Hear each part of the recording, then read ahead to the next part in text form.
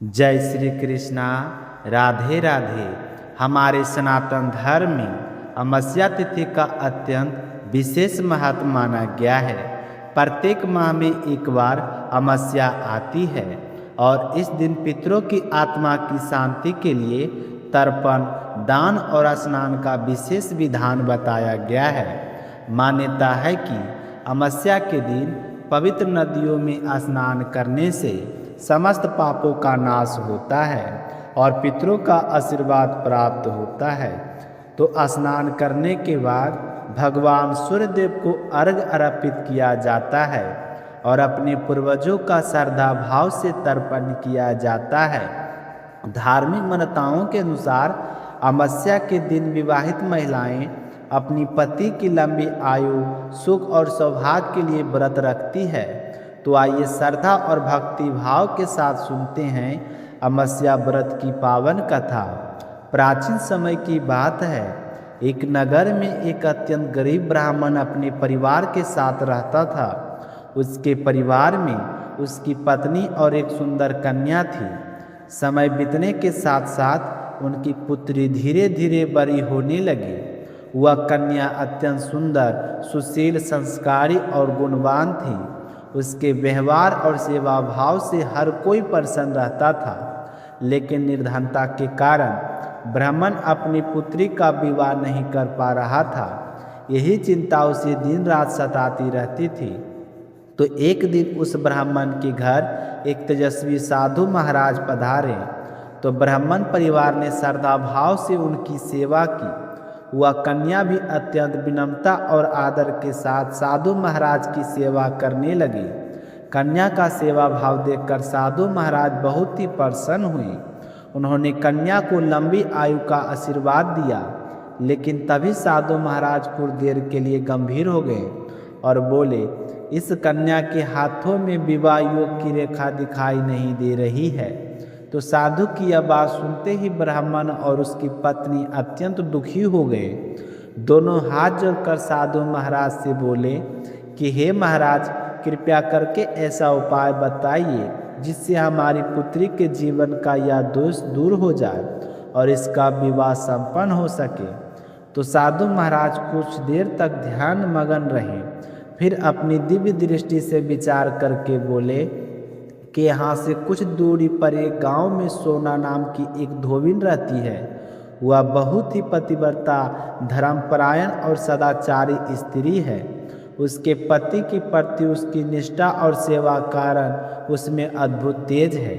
यदि आपकी पुत्री जाकर उस धोबिन की सेवा करे और विवाह के समय वह अपने मांग का सिंदूर इस कन्या की मांग में लगा दे, तो इसका वैधव्य दोष समाप्त हो जाएगा और इसका दाम्पत्य जीवन सुखमय होगा। तो साधु महाराज ने यह भी कहा कि वह शोभा धोबिन कभी अपने घर से बाहर नहीं निकलती है, इसलिए आपकी पुत्री को स्वयं जाकर उसकी सेवा करनी होगी।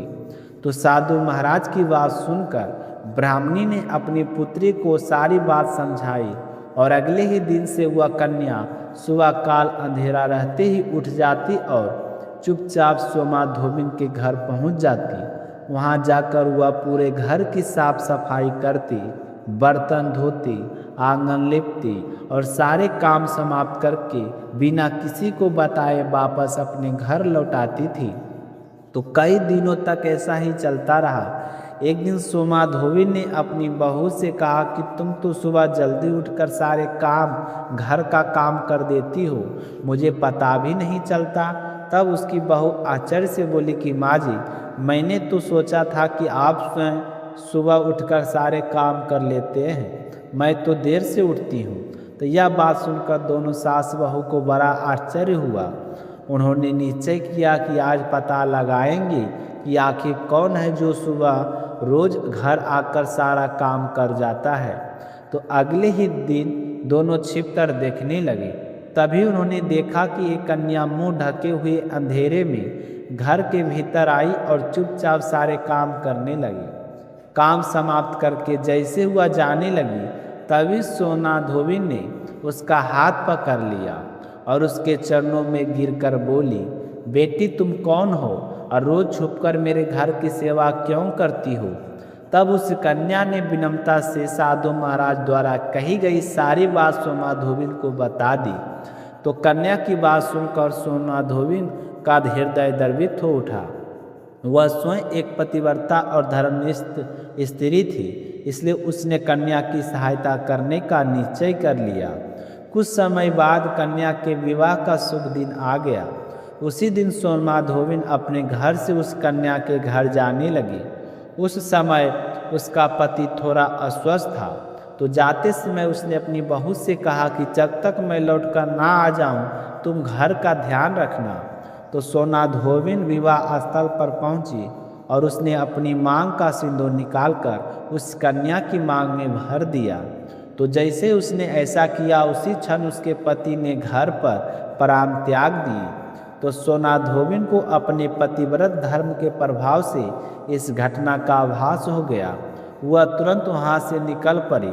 उसने उस समय तक जल भी ग्रहण नहीं किया और रास्ते में चलते हुए उसने सोचा कि यदि कहीं पीपल का वृक्ष मिल जाए तो उसकी पूजा और परिक्रमा करने के बाद ही जल ग्रहण करेगी। उसी दिन से अमावस्या तिथि थी। थोड़ी दूर चलने पर उसे एक विशाल पीपल का वृक्ष दिखाई दिया।